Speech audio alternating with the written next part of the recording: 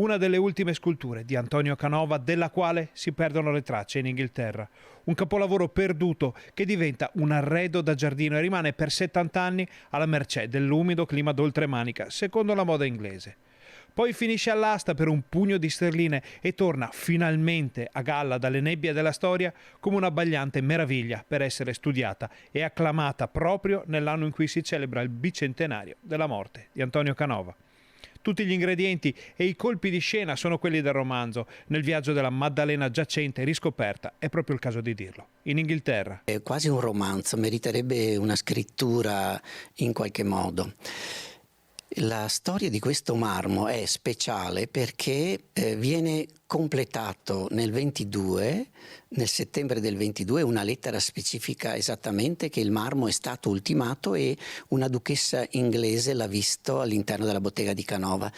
Però ricordiamo che nel settembre del 22 Canova era a Possagno e stava molto molto male e il 13 ottobre andrà a Venezia dove morirà. Canova era ammirato dagli inglesi, la sua bottega era frequentatissima dai sudditi di Sua Maestà e le sue opere facevano gola oltremanica. La scultura arriverà poco dopo nella residenza di questo primo ministro inglese che aveva comprato la scultura addirittura a scatola vuota perché qualcuno gli aveva detto guarda che le ultime opere di Canova sono esattamente queste e c'è ancora quest'altro marmo che potrebbe essere comprato in qualche modo.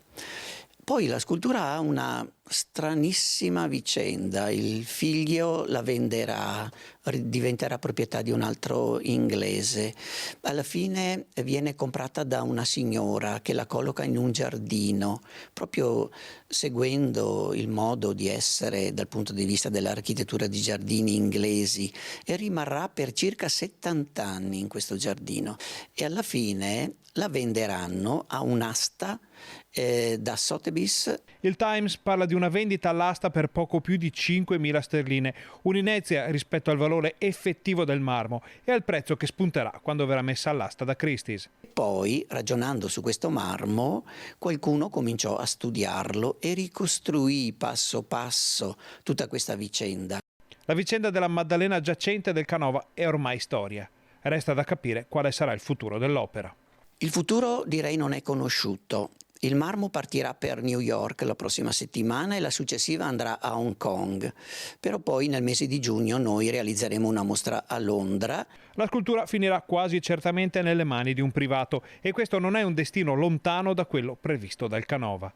Oggi però ci sono tutte le condizioni perché l'opera possa essere messa a disposizione del grande pubblico. Indipendentemente da tutto, pensiamo che questo marmo era destinato a un privato. E ora, se anche il marmo finisse nelle mani di un privato, direi non abbiamo stravolto la storia dei destini delle opere di Canova e soprattutto i privati oggi sono quelli che riescono a investire in arte e quando lo fanno è bene che lo facciano. L'importante è che poi queste opere d'arte possano essere visibili anche dal pubblico.